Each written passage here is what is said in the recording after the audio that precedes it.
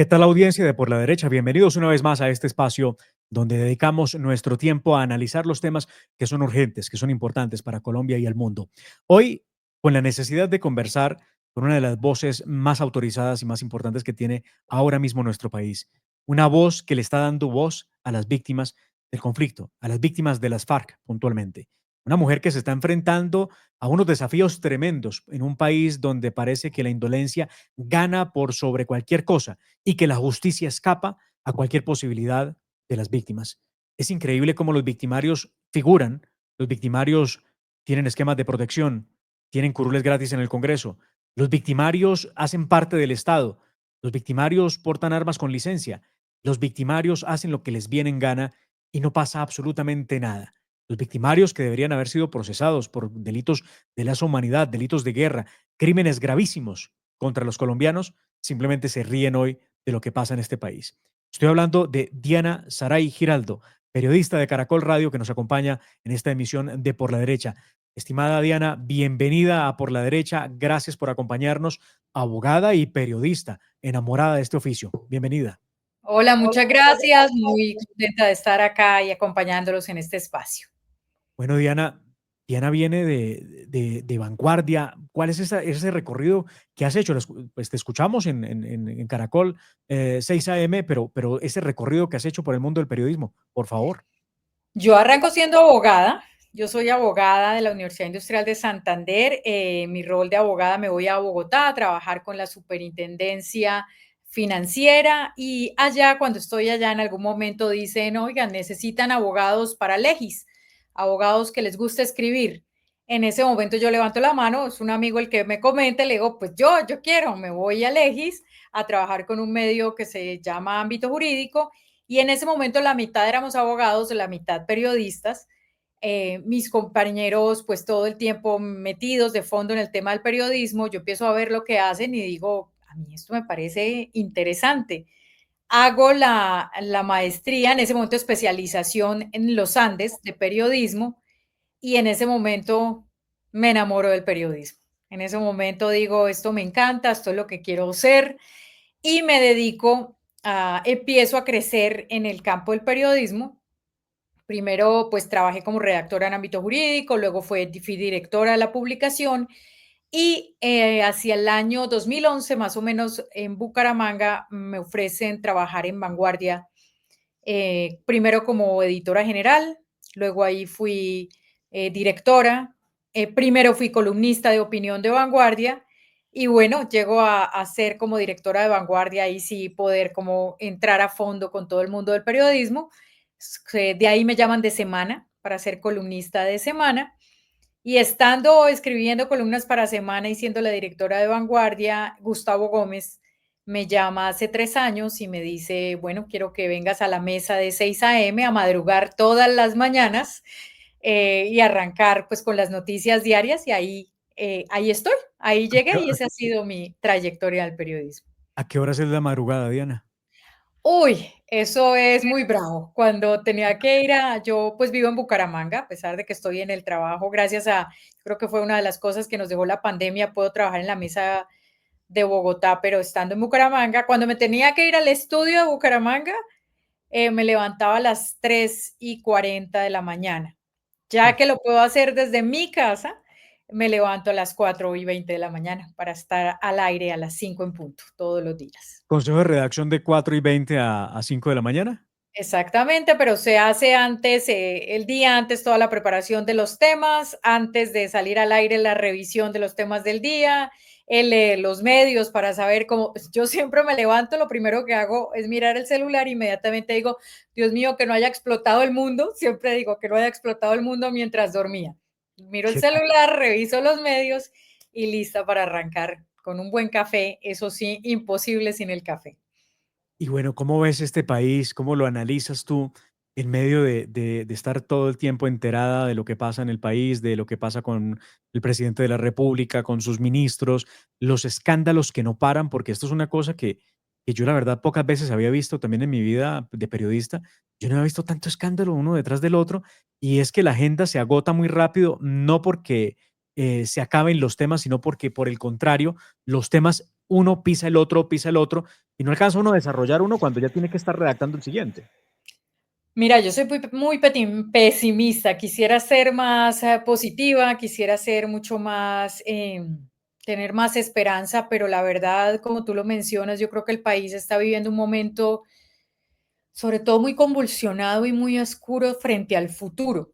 No, esto no quiere decir ni mucho menos que los gobiernos anteriores fueran gobiernos maravillosos, ni que el país tuviera sus temas resueltos, pero yo creo que hemos ido avanzando escalones que el país había superado hace mucho tiempo y que preocupan hacia dónde vamos. Me angustia principalmente la pérdida de institucionalidad, o sea, cómo cada vez se pasan más las instituciones, cada vez más la oposición, es imposible tener diálogos opuestos sin agresiones, como cada vez sube más el nivel de la agresión y baja la calidad del argumento.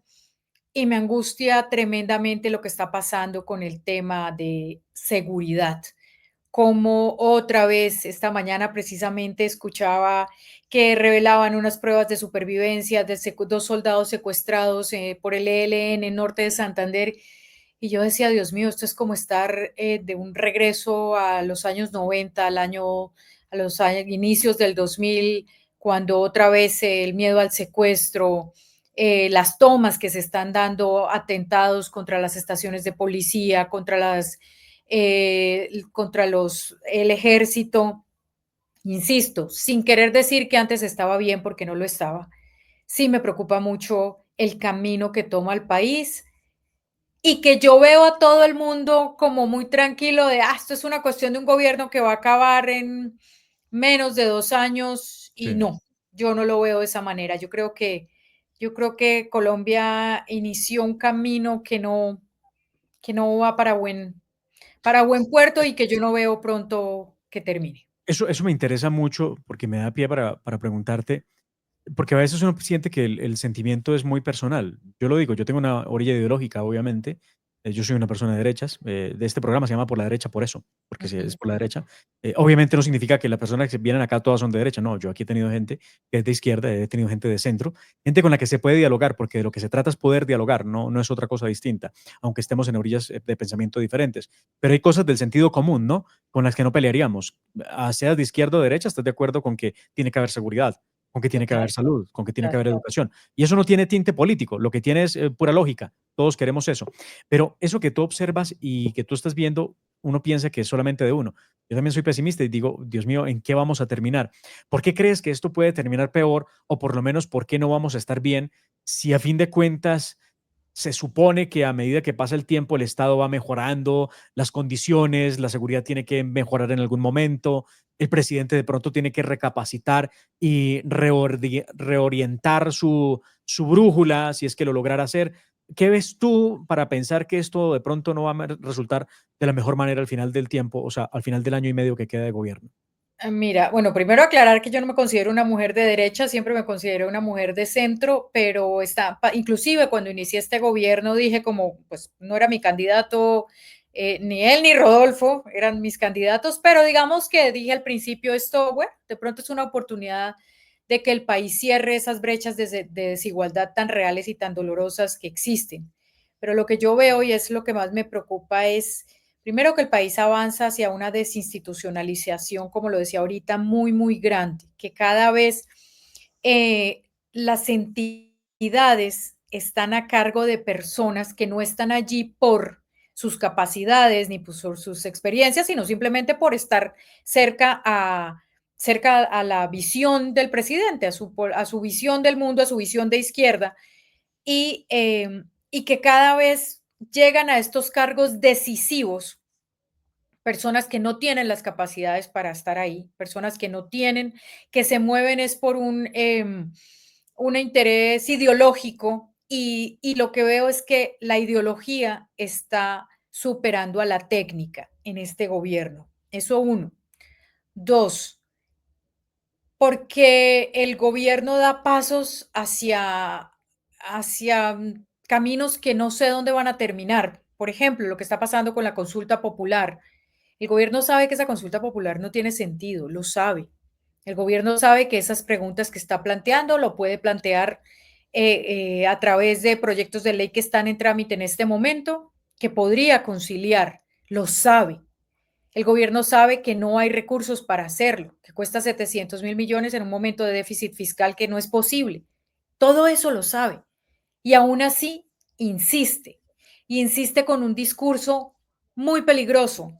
El discurso de clases, el discurso de derecha e izquierda, de burgueses y pobres, de empresarios y empleados, y que lo que a mí me aterra, y eso es lo que yo, lo que a mí me asusta es que el gobierno afirma cosas que no son ciertas, que el Ujú. presidente dice cosas que no son ciertas y sabe que no son ciertas y aún así las afirma y atiza a una sociedad y a un pueblo que necesita y que está urgido de decisiones y de necesidades y lo alienta con una rabia, porque es lo que está pasando, que no sé en qué va a terminar. Porque yo te digo, yo soy la más fatalista del mundo y eso está mal, no deberíamos ser así.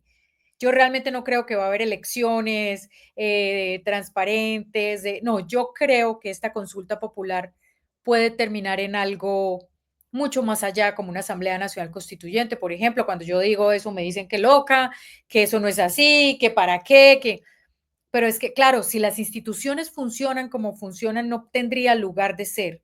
Pero es que el problema es que el presidente ha mostrado que es capaz de pasar por encima de las decisiones de las cortes, de las decisiones de las instituciones, y eso es lo que a mí me preocupa. Eso aunado, por supuesto, al tema de seguridad, que uno siente que el territorio nacional está otra vez empezando a tener lugares en manos de la ilegalidad y perdidas completamente por el Estado. Pues lo que está pasando en el Catatumbo, ¿no? Lo que Reflejo está de pasando en el Catatumbo, lo que pasa en el Cauca, lo que está pasando en Arauca, que es un departamento completamente en manos del ELN, que cada vez empieza a haber territorios donde sencillamente mandan los ilegales. Insisto, esto no es que no hubiera sido así en gobiernos pasados, pero sí estamos volviendo a una Colombia de los años 90 en materia de seguridad que para mí, que lo viví como joven, y ahora que lo veo como adulta, en el sentido como periodista, me preocupa muchísimo volver a leer titulares que escuchaba hace 20 años y estemos volviendo a lo mismo. cómo podemos terminar nosotros en mala situación en el 2026. Problema para las elecciones.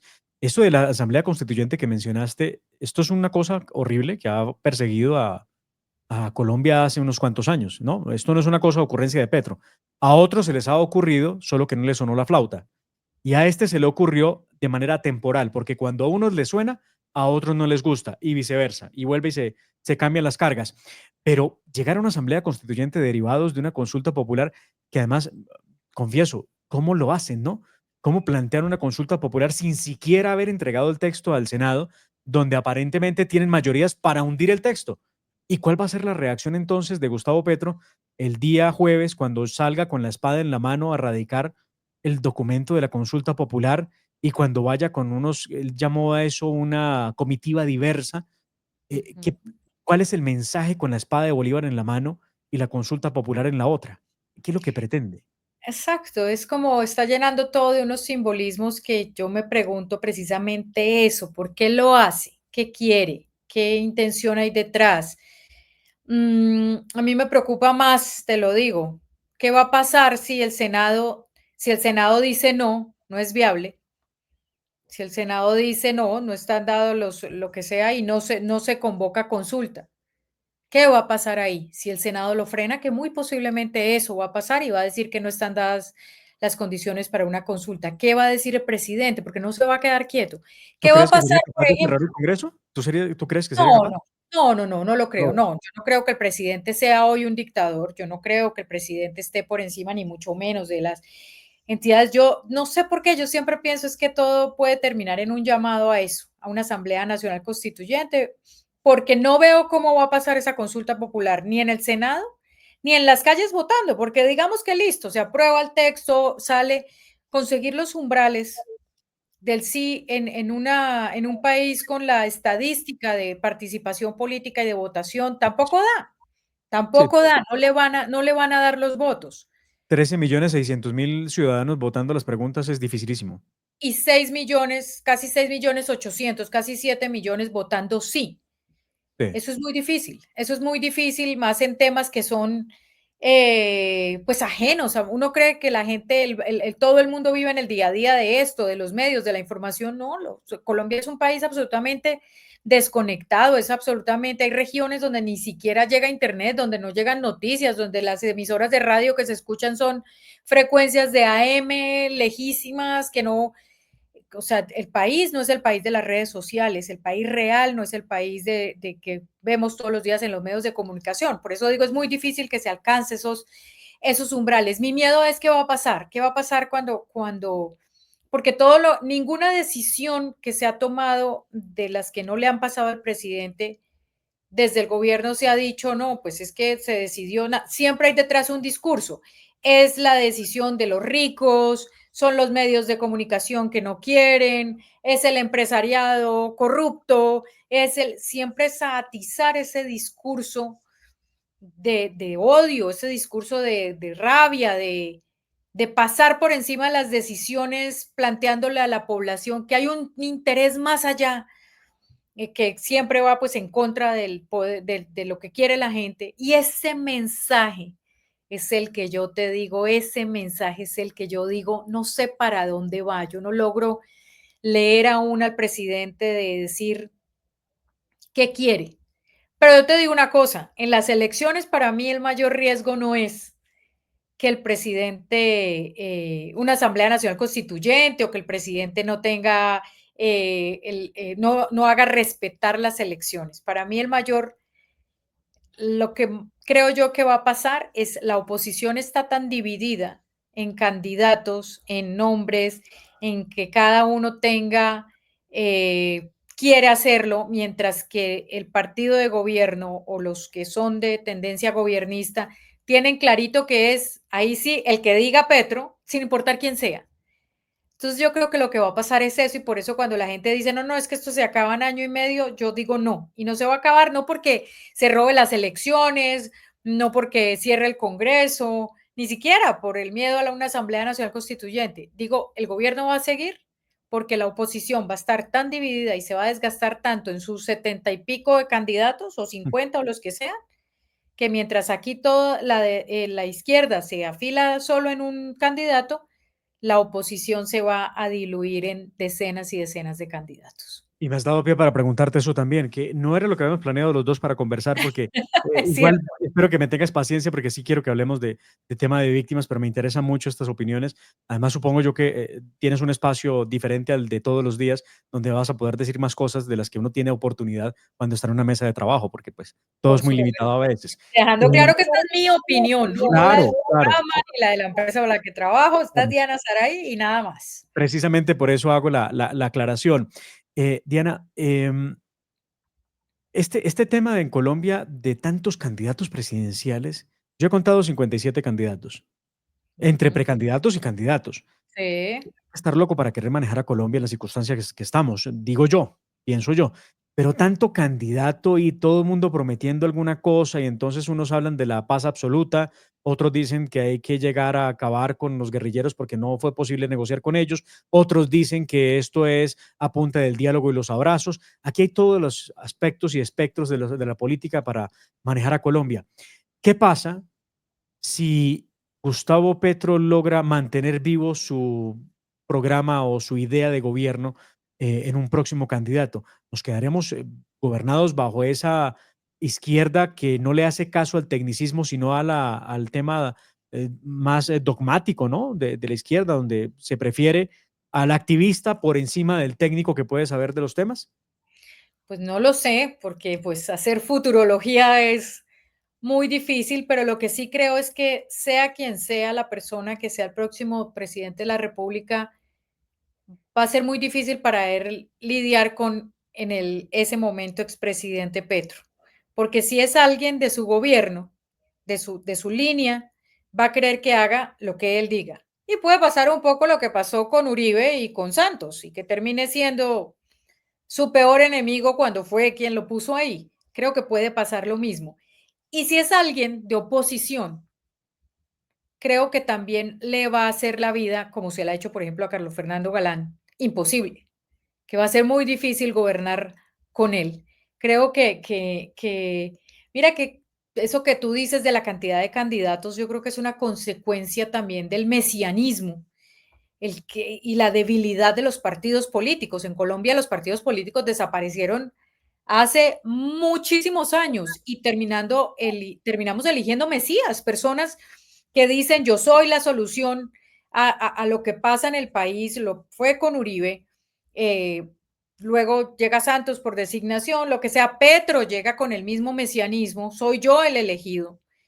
Y estamos en eso, o sea, que aquí no hay partidos, no hay propuestas, entonces hay 57, dices tú, candidatos, personas que dicen, yo soy el elegido. Y eso es muy, muestra la tremenda crisis de nuestros partidos políticos y la tremenda crisis en que estamos en materia de partidos, de cohesión partidos en Colombia, porque aquí desapareció. Es que cuando arranca, por ejemplo, un gobierno como este, como el de Gustavo Petro, con el Partido Conservador como partido de gobierno, ahí tú dices, aquí ya no hay ninguna línea ni de partido, ni casi, No, pues eh, se enloquecieron. O sea, uno decía, ¿cómo el Partido Conservador eh, termina alineado con Gustavo Petro, que viene de la más extrema izquierda? Porque sí, yo a veces digo esto y la gente me cae durísimo, pero pues hay que decir lo que hago, es mi opinión igual, ¿no? Estamos todavía libres en opinar. Entonces lo digo y digo, pero a ver, recuerden de dónde viene el M-19. El M-19 nace por las disidencias de las FARC de aquella época, en los 70, y se convierten en M-19. Eso es una realidad, sí, Álvaro Fayad y por allá Carlos Pizarro y otros de los que venían de allí, pues estos son gente que venía de las FARC directamente. Y ahí había una ruptura entre los de las FARC marxistas y los de las FARC que creían que era posible hacer ¿cómo se llamaba eso? Una, una lucha guerrillera sin esos tintes enormes de violencia y tal. Y ahí hubo unas divisiones y eso causó pues una tragedia realmente alrededor de la violencia en Colombia. Y pues de ahí viene el presidente. Eso es una realidad durísima, pero una realidad a fin de cuentas. Y bueno, a la gente a veces no le gusta, otros es que ni siquiera se enteraron que eso es así. Hay gente que cree que él apareció en el año 2022 como la figura para ser presidente de Colombia y que nunca había estado antes en la política. Es de ese tamaño, porque yo también he recorrido mucho el país que además es el país que está fuera de las redes sociales, es el ujú, país que no está conectado con la realidad de lo que pasa en Bogotá, es el país que tiene los mismos problemas desde hace 200 años y no los han podido superar. Y es el ujú, país al que no voltean a mirar además, porque la verdad sea dicha, mire, yo soy de Guaviare, imagínate. Y ujú. terminé aquí por cuenta de la violencia, terminé en Bogotá por cuenta de la violencia, porque pues la guerrilla es una cosa seria. Y terminé acá por la violencia y digo, nunca, todo este tiempo que ha pasado, y digo, como para cuándo, ¿cuándo le van a prestar atención a la No, gente que lo necesita? y por eso te insistía como al principio de esta entrevista, cuando Gustavo Petro gana, hay una esperanza un poco por ejemplo, en mi pensar, en mi sentir, de este país es un país absolutamente olvidado, este país tiene, yo siempre digo que Colombia solamente se mira como Bogotá, y lo que sucede afuera en las regiones es tan ajeno a lo que sucede en Bogotá y a quienes toman las decisiones, que a veces es como si a mí me duele, yo soy una mujer de región, yo estudié en Bucaramanga, yo vivo en Bucaramanga, y por ejemplo, a veces peleo mucho cuando hay temas que son que son muy importantes para la región, pero no son tan relevantes en Bogotá. Yo digo, esto es muy importante, pero como no es importante para Bogotá, entonces no tiene la trascendencia o el peso. Y ese es el gran drama de nuestras regiones. Nuestras regiones viven en el total olvido, en la pobreza, y por eso las elecciones terminaron siendo, ¿usted qué me ofrece para saber yo a quién le voto? Terminó siendo eso. Las elecciones se convirtieron en las elecciones regionales, por ejemplo, en puro compra de voto y aquí no hay voto de opinión en la región, es muy poco, precisamente por eso. Pero lo que sí es cierto es que este gobierno pasó de ser un gobierno, que se pensaba comunicado con las regiones, como receptor de ese sentir regional, a pasar a ser un gobierno que te digo que es que ni siquiera se volvió un gobierno de regiones, esto se volvió un gobierno de una ideología y es un gobierno de ideología, punto. No es un Sí. gobierno regional, no es un gobierno de apuesta a los necesitados, es un gobierno defensor de una ideología y punto. Y No, ese es el cambio que me parece tan preocupante. no puedo dejar de preguntarte por el hecho más reciente en Colombia, que yo creo que a todos nos sacudió, porque uno no sabe qué hacer con ciertas verdades. De verdad que si hay algo terrible para una persona es encartarse con una verdad. Hay cosas que uno quisiera jamás saber, ¿verdad? Porque si uno las llega a saber, dice: "¿Y ahora yo qué hago con esta ¿Qué verdad? hago ¿A con dónde esto? la ubica?". Sí, Sí. y esto fue lo que pasó, claro, estalla, Álvaro Leiva aparece, a una carta, dice cosas tremendas y, entre otras cosas, pues, dice que el presidente de la república es nada más y nada menos que drogadicto, como si eso fuera la novela de Kafka. Ya, lo leí en una novela y ahí no va a salir. Por fortuna hay novelas que usted las lee y dice, de ahí nunca saldrán. Eso es simplemente una novela. Pero no, es que esto es la vida real. Tu apreciación frente a ese escándalo reciente, que yo no sé si el presidente ha sabido tramitar o no. Yo lo vi hace un par de noches, también hace unos discursos y decía, si alguien no cree que él tiene algún problema, pues escúchelo hablar a veces, porque de verdad no puedo creer que se refiera, por ejemplo, a Efraín Cepeda, el presidente del Senado, a madrazo limpio. ¿Tu apreciación sobre este hecho reciente en Colombia? Bueno, 2 cosas. Uno, no es algo nuevo que se afirme que el presidente tenga problemas con las drogas. Eso es algo que se ha dicho mucho y ese es el rumor que corre en muchos pasillos. En la labor de periodista, yo creo que somos muchos los que, hemos escuchado ya varias veces eso. El gran problema es, pues, que, pues, nadie tiene una prueba, pues, porque no.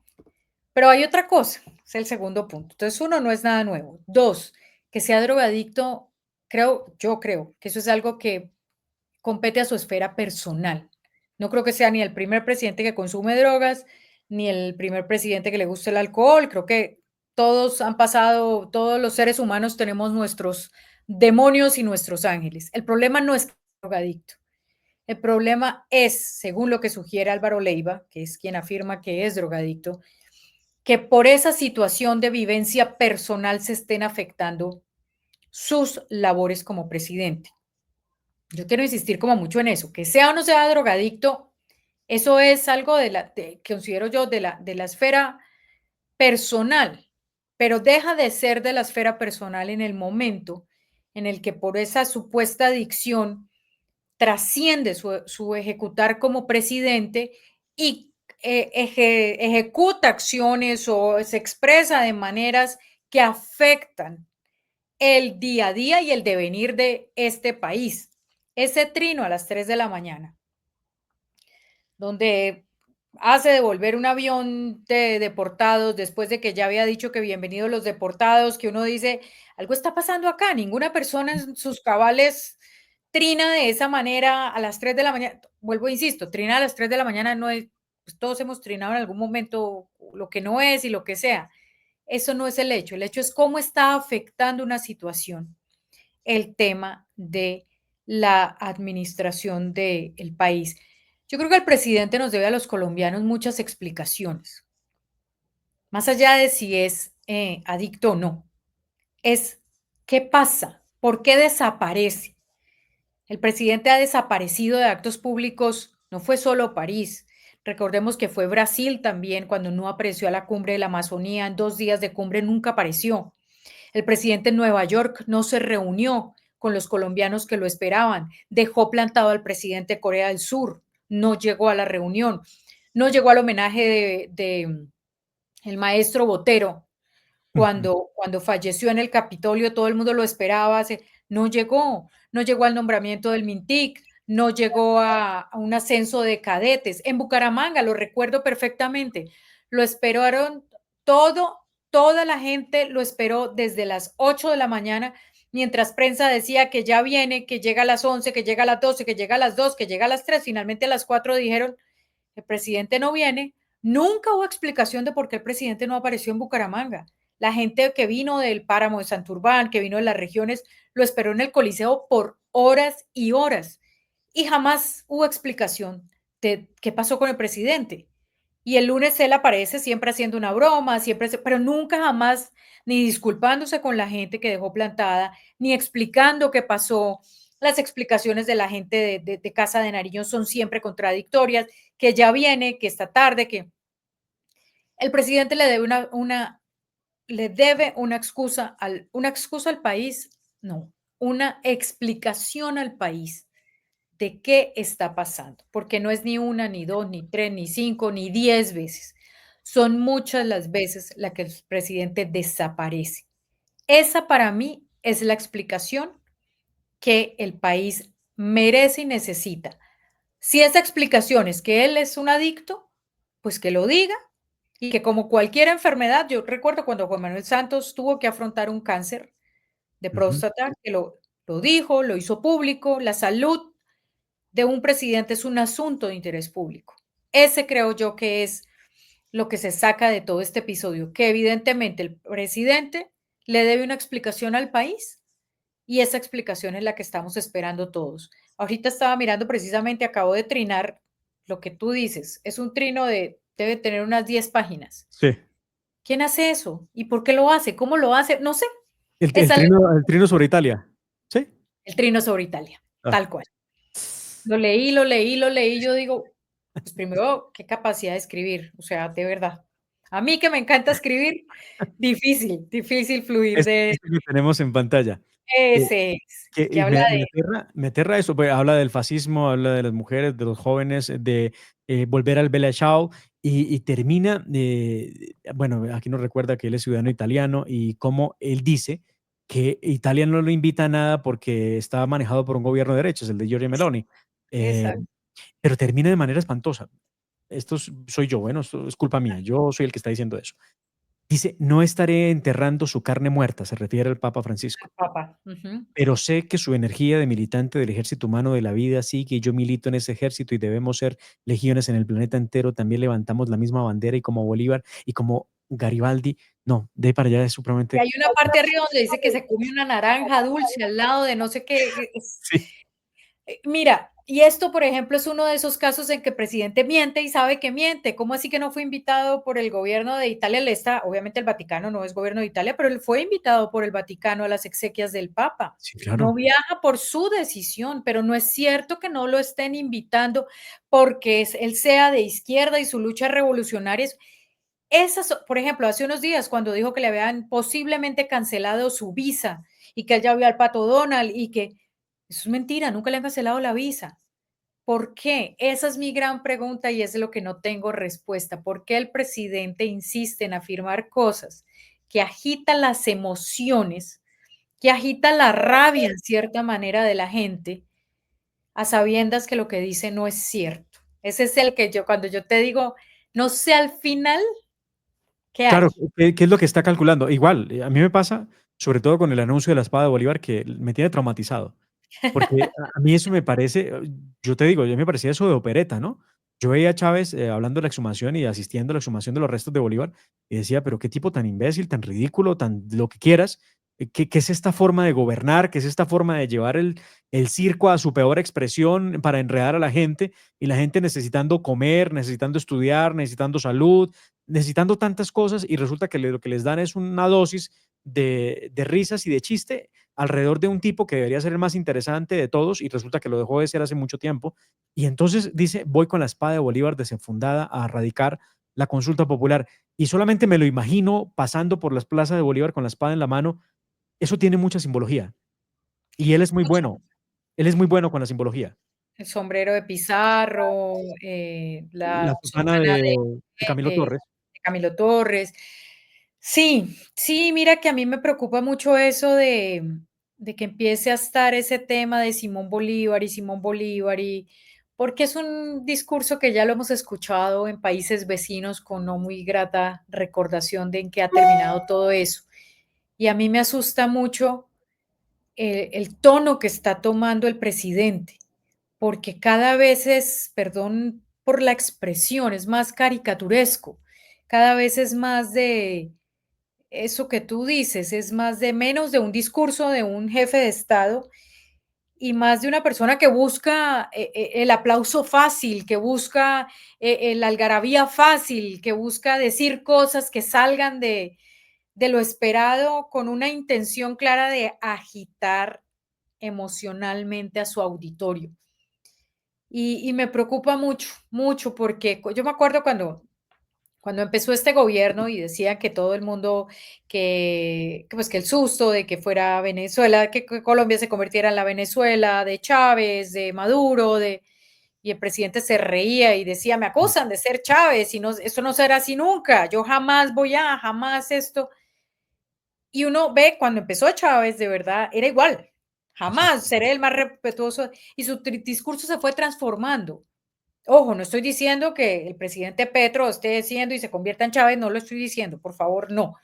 Pero me preocupa escuchar esos elementos que empiezan a ser elementos comunes de esos discursos populistas de Simón Bolívar, los latinoamericanos unidos en un solo corazón, la revolución, el enemigo, el norte, los Estados Unidos. Uf, y como que ahí uno dice, "Ah, ¿qué pasa? ¿Qué pasa? Y ¿Para dónde caminamos?". esa forma de desinstitucionalizar el país, porque a mí también me llama la atención el desafío que le plantea la Corte Constitucional, que le plantea el Consejo Nacional Electoral. Y sobre todo con las tutelas por sus afirmaciones, ¿no? Por sus trinos y sus afirmaciones violentísimas. Por ejemplo, el caso de Vargas Lleras y de su hermano. Es una cosa compleja. Gústele o no le guste a la gente que escucha y que está viendo esta emisión, Vargas Lleras y su hermano, eso no es el asunto. Puede ser cualquiera. Si quiere, quiten los apellidos y pongan cualquier apellido allí. Pero que el presidente ataque, porque es que además el poder que tiene el presidente no es mínimo. Es un Es hombre que tremendo. tiene 8 millones de personas seguidas en Twitter. Yo el otro día hice la suma de sus redes sociales y conté 15 millones largos de alcance en sus redes sociales, digo, en seguidores. O sea, no es una persona que pase desapercibida con cualquier comentario y que muy por el contrario, cada comentario que le hace contra alguien tiene consecuencias. Mira, yo de eso quiero hablar porque ahora que lo planteas, porque yo soy una de las personas que he sufrido en carne propia lo que es esos ataques en redes sociales. Es que acá hay un componente también que si tú analizas lo que pasó en Venezuela, lo que pasó con la España de Pedro Sánchez, todo es igual. Aquí hay una política de tener esos influencers digitales con líneas editoriales que solamente buscan siempre que hay una denuncia, que hay algo que molesta al presidente, acabar moralmente a quien lo denuncia. Y eso es como eso es una instrucción. Si tú lo ves cuando el presidente dice algo contra alguien, no es solo él, detrás viene un ejército, pero un ejército de influencers que mueven robots, que mueven bots, que mueven cuentas falsas, atacando y atacando y replicando la misma idea sobre una persona. Yo tuve, por ejemplo, el presidente, a mí me acusan de haber ordenado matar a un líder social en Arauca y de haber sido la causante de un asesinato de un líder social en Arauca. Por Dios. Y funciona así. Alguien lanza y crea un discurso, el mismo discurso se replica de manera idéntica, cambiando de pronto una palabra, otra, eh, y utilizando lo mismo, lo mismo, lo mismo, lo mismo, lo mismo, y lo repiten una y mil veces. Y eso se vuelve una cosa exponencial. Y eso se vuelve algo que para quien crea que es algo inocente, simplemente que la gente está pensando, pues lo destruye, porque dice, Dios mío, todo el mundo cree que yo maté a alguien, o todo el mundo cree y siembra la duda. Y es una manera que está probada en otros países que han vivido gobiernos radicales, que funciona, porque ¿qué busca? Que la prensa se calle, que los periodistas que denuncian finalmente o se callan porque no pueden con todo lo que viene encima, o se vayan. O se callen o se vayan, pero definitivamente lo que busca es silenciar todas las voces que puedan ser opositoras o que puedan molestar más bien al gobierno. Y es allí donde caigo al tema que nos convoca. ¿Qué tal? Pero hemos charlado fantástico de todos estos asuntos. Estoy con Diana Saray Giraldo, periodista de Caracol Radio, de 6 AM, abogada de profesión en su primera profesión y una mujer que ama este oficio que es el periodismo y una extraordinaria analista, porque la escuchamos en 6 AM. Diana, el tema de las víctimas de las FARC Eh, yo, digamos, te escuchaba, pero no sabía que estabas liderando, o por lo menos que terminaste liderando la causa de unas mujeres que han sido abusadas, que fueron abusadas, violadas, ultrajadas por los guerrilleros de las FARC. Y esto te ha supuesto problemas no solamente en redes sociales, sino judiciales también, por cuenta de defender a una persona que no tiene nada porque el Estado no le importa qué pasa con la víctima de las FARC, más sí le importa mucho qué pasa con quien no hubiera sido su victimario. ¿Qué ha pasado con eso? Y cuéntanos un poco de cómo Ujú. nació todo esto y terminaste luchando contra tantos, perdón la expresión, tantos demonios al tiempo por cuenta de defender la verdad y defender la justicia, porque a fin de cuentas lo que estamos buscando en las víctimas de las FARC es justicia. Mira, esto es un caso, yo te digo de corazón, yo fui una de las personas que siempre defendí el proceso de paz, siempre convencida de que la única manera de terminar un proceso como el de violencia que se vivía con las FARC era a través de un acuerdo de paz. Cuando fue el acuerdo de paz, siempre defendí ese acuerdo con la convicción absoluta de que era un acuerdo en torno a las víctimas y en torno a proteger y devolverle a las víctimas y al país un poco de toda esa dignidad y de todo lo que estos señores le hicieron al país. Pero ha sido tremendamente doloroso para mí y sorprendente darme cuenta que hoy el acuerdo de paz está fundamentado en proteger a los victimarios, porque así es, y en dejar a las víctimas en total abandono. ¿Cómo arranca todo esto? Ariel, Ariel Armel, Armel, sí, sí, sí. ¿sí? Ariel Armel escribe en su cuenta de X que Sandra Ramírez, que era la esposa o la pareja sentimental de Tiro Fijo, hoy senadora en virtud del acuerdo de paz, dice algo como que ella era una reclutadora de menores y violadora de niños. Él lo dice en su cuenta de Twitter y ella lo denuncia por injuria y calumnia. Yo veo eso y digo, pues espere, ¿qué es esto? Yo cuento en 6 AM porque me pareció anecdótico. Yo no conocía a Ariel Armel, lo conocí a raíz de este hecho y lo cuento como anécdota, que Ariel Armel afirmó esto y que la señora senadora ahora lo denunció a él. En mi nota digo, lo cierto es que no hay ninguna condena por injuria de calumnia contra la señora Sandra Ramírez por el acuerdo de paz, pero sí hay voces que afirman y víctimas que afirman que ella reclutaba menores y que permitía que los comandantes de las FARC las violaran, principalmente a las niñas. Cuando me denuncia a mí, cuando me llega a mí primero la solicitud de rectificación, que yo tengo que rectificar y tengo que decir que no es cierto. Cuando me pongo a analizar qué dice la honorable senadora, es que no hay ninguna sentencia en su contra que la condene a ella como reclutadora de menores o nada que tenga que ver con niños víctimas en las filas de las FARC. Y que por lo tanto yo tengo que rectificar y tengo que decir que eso no es así. Yo digo, pero este es el mundo al revés. O sea, no hay una sentencia porque están en un acuerdo de paz y en el virtud del acuerdo de paz no hay un fallo, pero no porque los hechos no hayan ocurrido. Y eso me hace ponerme a investigar y a buscar más allá en el tema de víctimas. Ahí es donde me doy cuenta, primero, que la magnitud de los niños, del el número de niños víctimas de las FARC es una cosa aberrante. La JEP tiene documentada, es decir, documentada que tenga testimonio, 18.677 niños víctimas de reclutamiento forzado, pero el número real es muchísimo más grande. Y esto es solo reclutamiento forzado. Ahí hubo abusos, ahí hubo homicidios, ahí hubo tratos esclavizantes. O sea, el daño de las FARC a los niños en el país es una cosa brutal. Cuando yo estoy en esto, a Sandra Ramírez, yo no rectifico, ella me mete una tutela. La primera instancia me falla a favor, dice que no hay nada que rectificar porque la sentencia lo que dice es, yo aclaré que no hay sentencia en contra. Ella apela y la segunda instancia, Sandra Ramírez me dice todo el tiempo, muéstreme dónde está la sentencia en la que se afirme que yo soy responsable de reclutamiento de menores. Pues sentencia no hay. Eso es un hecho cierto y real y evidente. La segunda instancia me dice, contéstele a la señora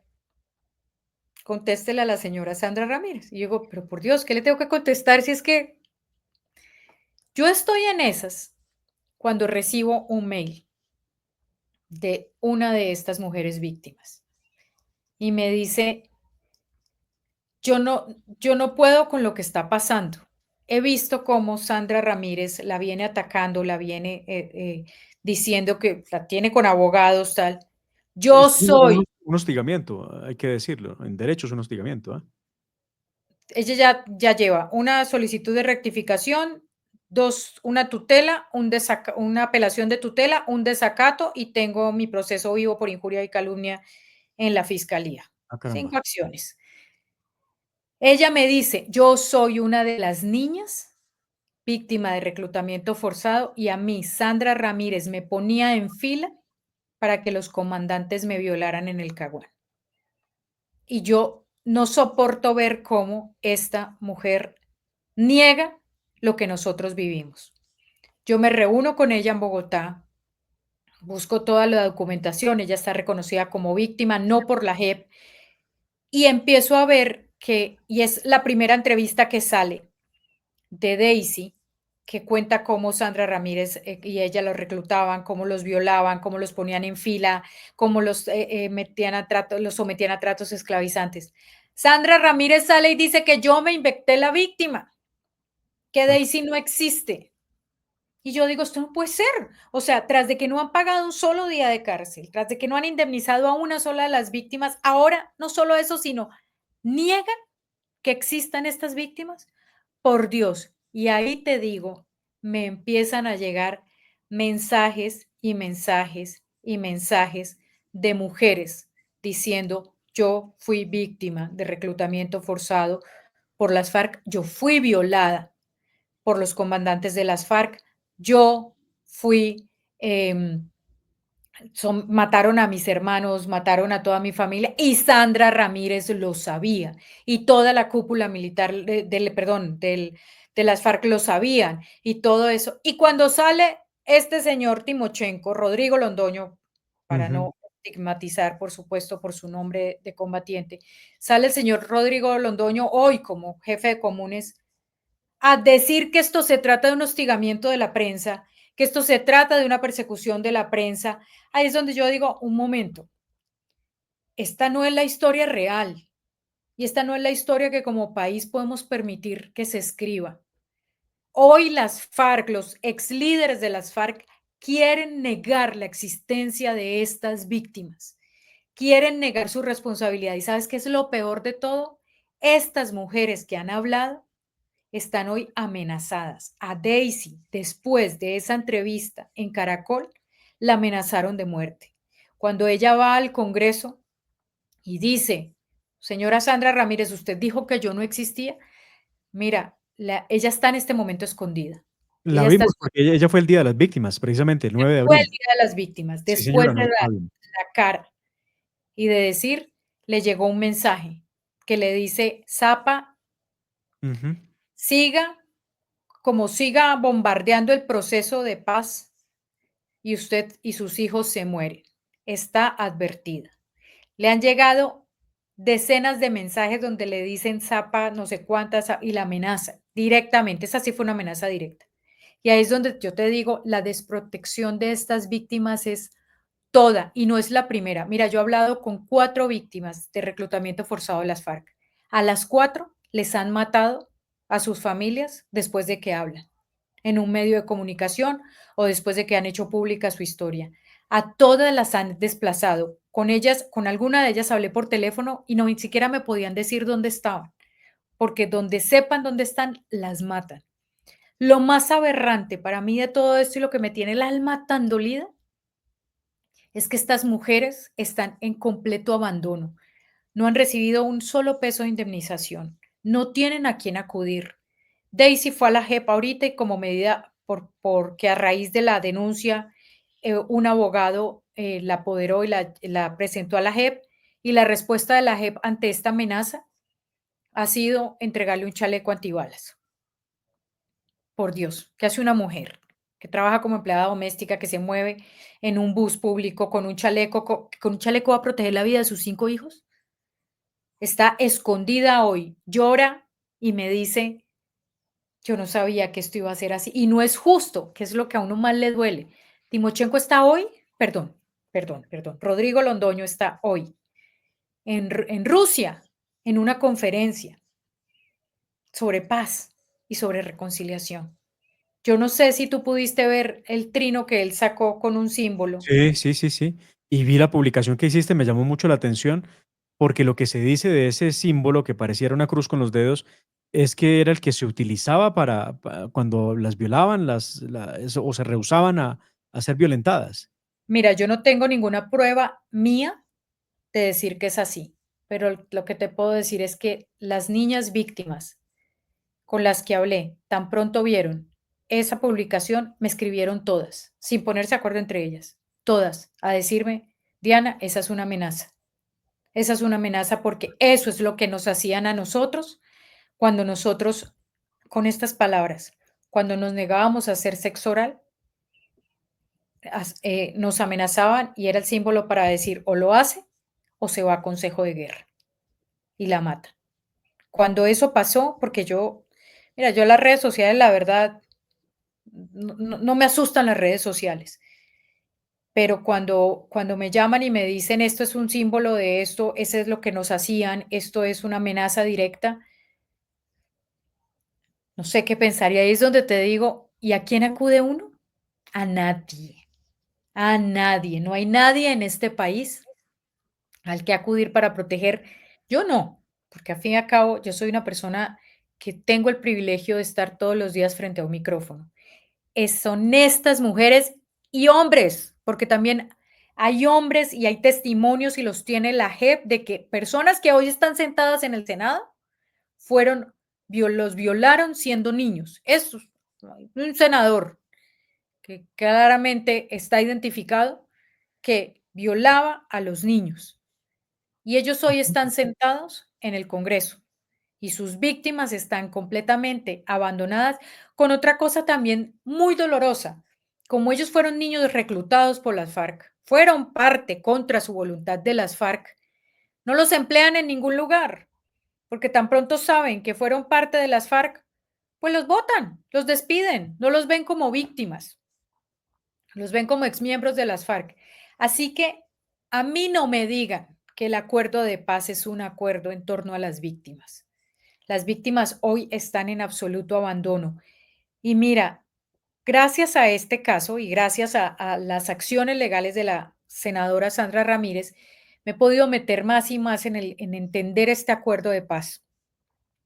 El acuerdo de paz en ningún momento va a tener ni indemnizaciones para las víctimas, ni estas personas van a estar en lugares donde se prive de la libertad, nada. Las sentencias que el acuerdo trae son reparaciones de carácter simbólico y son reparaciones de carácter colectivo, es Ujú. decir, Sí. no van a reparar a Daisy, van a reparar a la asociación de mujeres víctimas de que representa alguna, que la gran mayoría de estas víctimas realmente no pertenece a ninguna de esas asociaciones, son muy pocas. ¿Qué va a haber? Monumentos, esas, no sé, terrenos, colegios construidos, el cómo se va a reparar ni siquiera está escrito hoy. Eso está No. en construcción.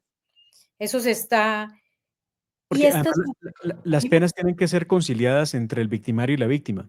Yo recuerdo que entrevisté, Diana, muy iniciada la JEP, a un profesor, de hecho, un colega mío de la universidad, que no sabía que hacía parte, era magistrado auxiliar en ese momento, de justicia especial, y le dije que si me regalaba una entrevista. Él sabe qué pienso yo del acuerdo, yo nunca estuve de acuerdo con el acuerdo, viniendo de una zona de mucho conflicto, porque hoy lo que estamos viviendo es lo que sabíamos que iba a pasar. Es que tenemos, en esa época había dos frentes de las FARC, el primero y el séptimo. Hoy no hay dos, ahí hay cuatro. Entonces, nada de eso iba a servir. Y bueno, lamentablemente la historia nos dio la razón para mal, porque además, qué bueno hubiera sido equivocarse. Y le pregunté yo, lo que más nos preocupa a todos los ciudadanos es saber cuál va a ser el fondo, la justicia. ¿Cómo se va a aplicar justicia? Entendiendo un poco el concepto de justicia transicional. Pero tiene que haber algo de justicia igual, sea poco o no mucho, para no decir que nada, pero tiene que haber justicia. ¿Cuál va a ser? Y me dijo, no, es algo que hay que confeccionar entre las víctimas y el victimario. Le dije, ¿cómo así? O sea, que se sientan y la víctima dice, yo quiero que usted pague cárcel. Y él dice, no, yo no quiero, porque es que yo soy además el que diseñé este tribunal. ¿Qué va a pasar? Dijo, no, pues no va a pasar nada. Simplemente la víctima tiene que entender que lo que se trata es de que haya un sistema transicional que no va a incluir la cárcel efectiva, ni tampoco unos castigos por lo que hizo, sino que es una especie de borrón y cuenta nueva. Entonces, tiene que entender de esa forma. Mira, esa es la razón por la cual muchas víctimas no están en la JEP, no están en la JEP. Y una, inclusive de ellas me dijo, a mí me dijeron que al final del proceso yo tenía que en un acto público abrazarme con mis victimarios. Yo no sé si Ok. eso es así o no es así, pero ella me lo afirmó. Y ahí dijo, Ujú. yo jamás voy a abrazarlos. Es absolutamente doloroso ver esto, que fue un acuerdo construido para proteger, para darles una segunda oportunidad a los victimarios, que yo insisto, está bien, en el sentido de que, pues sí, tiene que haber una o sea, no nos podemos caer en una guerra, tiene que haber una reconciliación, tenemos que avanzar como sociedad, pero no de esa manera, no poniendo a los victimarios por delante y a las víctimas en la cola y en el total olvido. El dolor de estas mujeres es ese. Mira, una de mis víctimas tiene 8 reconstrucciones de vagina porque la violaron a los 7 años y la destruyeron físicamente. Ni siquiera tiene mendiga salud, mendiga servicio médico, no tiene un empleo. Otra de mis víctimas vende lotería Mm. para poder sobrevivir. Y como me dicen todas, es que no es justo que mientras yo me tengo que parar todos los días a sobrevivir, ellos estén sentados en el Congreso, estén sentados con camionetas devengando sueldos millonarios y burlándose de las víctimas. Es muy distinto y yo quiero insistir en eso. El acuerdo de paz, los acuerdos de paz son válidos. Para mí son válidos. Pero, por ejemplo, tú estás mostrando aquí la foto de Sí. Rodrigo Londoño. Cuando se ríe, es una burla de frente y descarada. Aquí no hay, yo no he visto ese compromiso de no repetición. Yo no he visto ese perdón. No he visto ese perdón pedido a las Ese víctimas. arrepentimiento Yo, que debería haber. Sí.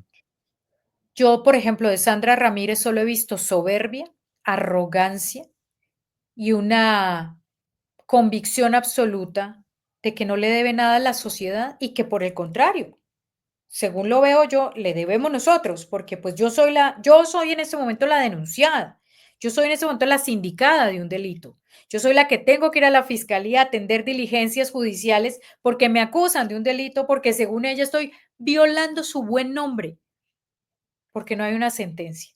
Y eso es lo que yo te digo, mira, y a todas les he dicho, yo no puedo hacer nada, nada más allá de darles voces, nada más allá de escucharlas. Yo no puedo nada más allá de decir, país, miren lo que está pasando.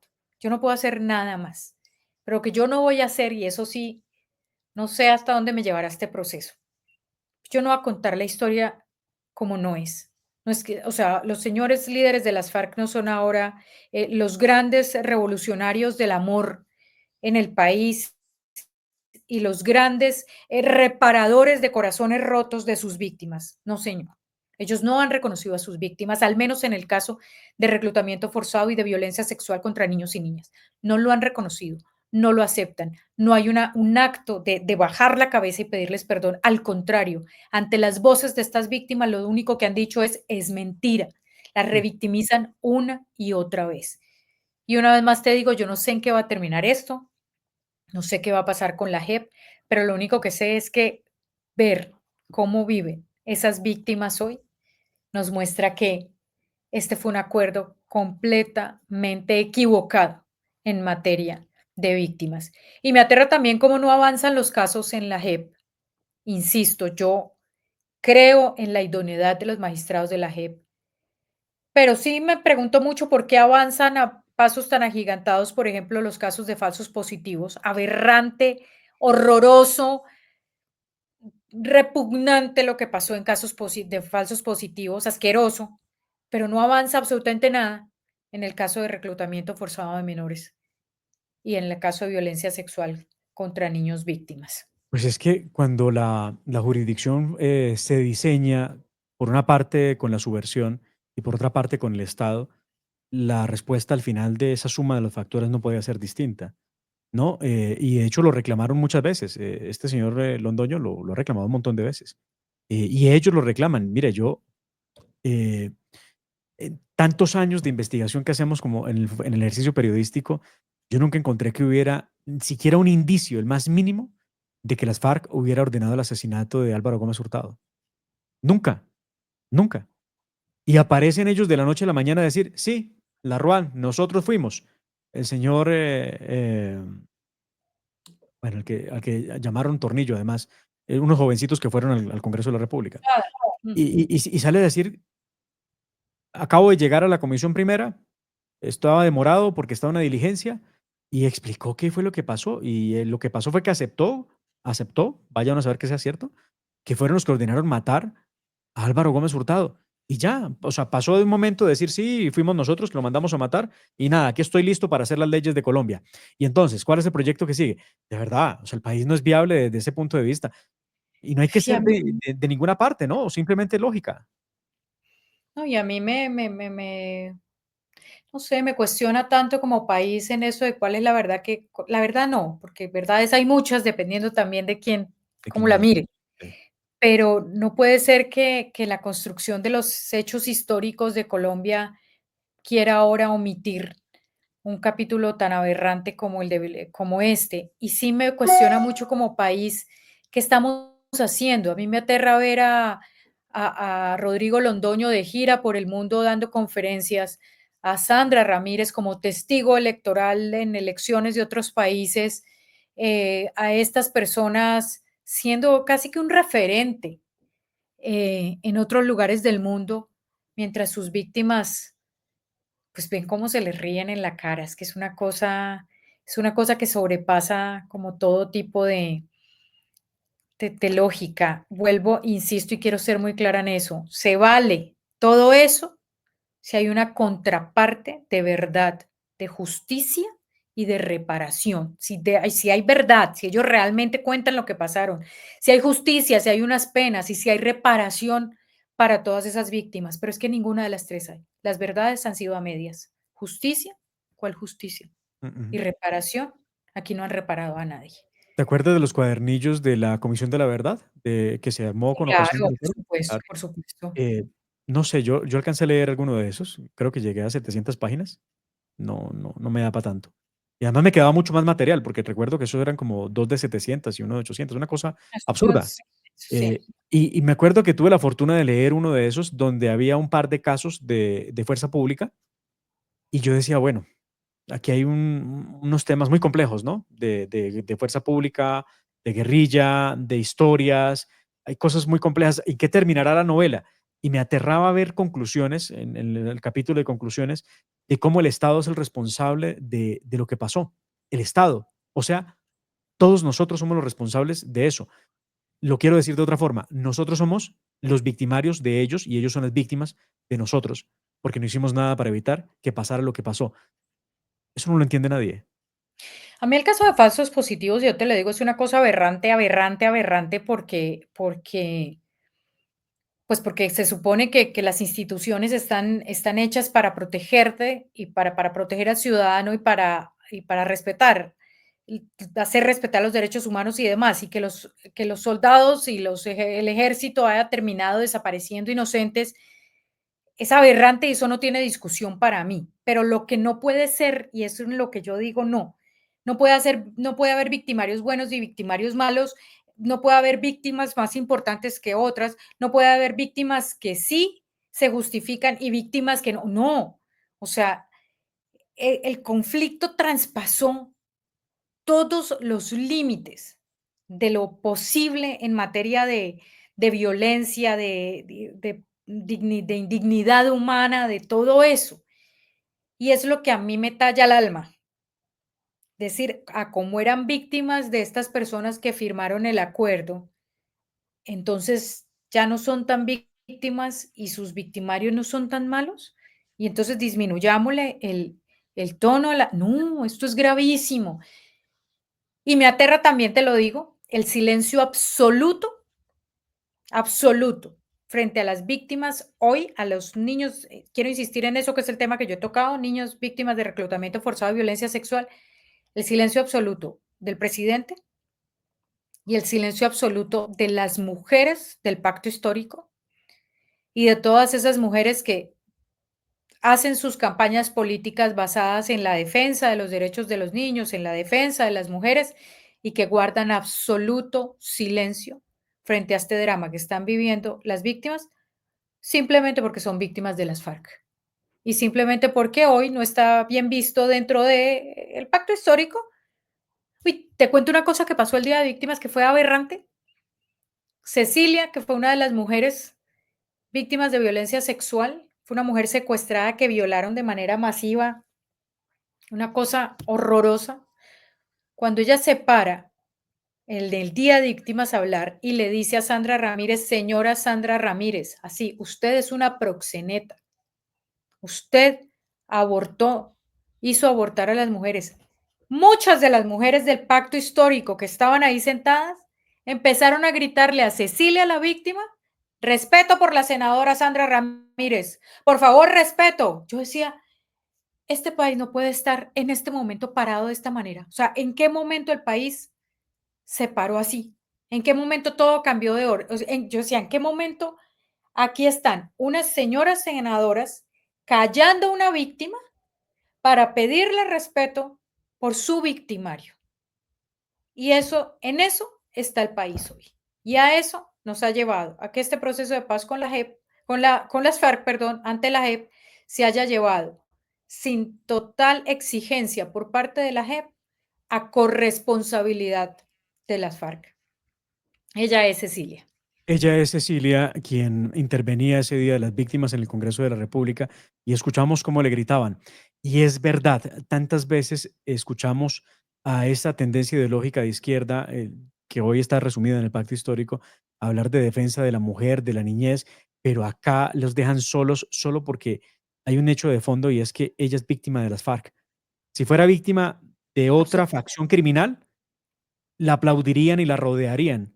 Si ella fuera víctima del paramilitarismo, si ella fuera víctima de las fuerzas del Estado, si ella fuera víctima de cualquier otro menos de las FARC, el trato con ella había sido completamente distinto, porque en eso se convirtió esto, en que son víctimas, las víctimas de las FARC, no hablemos de ella, escondámoslas, metámoslas debajo del tapete, no existen. Las de los paramilitares, sí, esas sí saqué, las de los soldados, esas mucho más, mostrémoslas. No, eso es lo que yo digo, no, no, no, no puede haber víctimas, más víctimas que otras, no puede haber victimarios que estos sí son victimarios y estos no son tan victimarios porque ideológicamente, no, en eso, y eso es lo que a mí me aterra, ¿en qué momento el acuerdo de paz nos dejó en esta volteo de valores tan aberrante como el que estamos viviendo?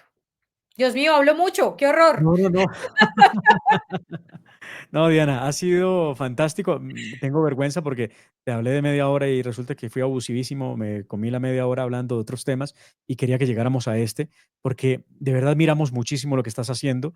Te replicamos constantemente, estamos muy pendientes de lo que pasa contigo porque estás llevando la voz de las víctimas a otro nivel. Las víctimas no tienen voz en Colombia y el gobierno las calla, el gobierno las persigue muchas veces y estoy hablando del gobierno en abstracto, no estoy hablando de uno en puntual, ¿no? Este que se supone que iba a ayudar, pues tampoco lo hizo y ni más faltaba que le vaya a creer que lo vaya a hacer.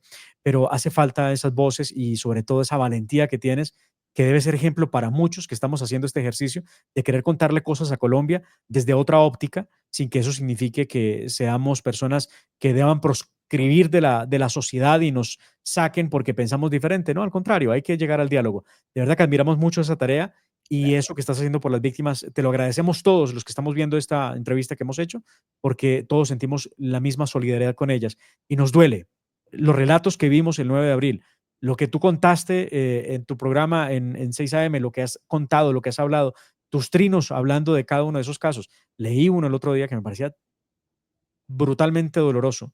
La cadena de mensajes que habías puesto, de cómo fue que sufrieron los vejámenes cometidos por estos sujetos, de verdad yo digo, no hay perdón de Dios y tampoco debería haber perdón de la justicia, porque es tan doloroso que pudo ser un familiar nuestro, pero lástima, a veces hay gente que cree así, ¿no? Como no es un familiar mío, pues a mí qué me importa.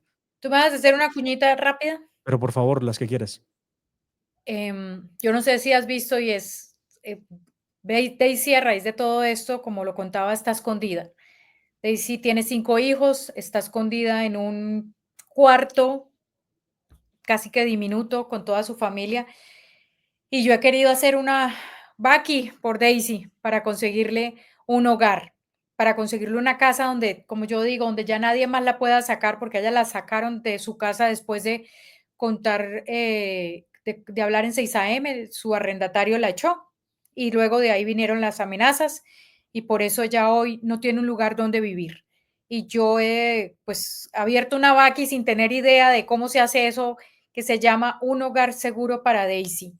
Estoy muy lejos de la meta, muy lejos, muy lejos, muy lejos. Voy en 58 millones de pesos, que es mucho dinero, sí, pero todavía está muy lejos de poderle conseguir un hogar, una casa o un apartamento donde después ya pueda refugiarse con sus hijos. Así que si me están escuchando de corazón, vayan a Baki.com, busquen un hogar seguro para Daisy y ayúdenme a que esta mujer reciba un poquitico de dignidad al menos en tener una casa donde refugiarse con sus 5 hijos.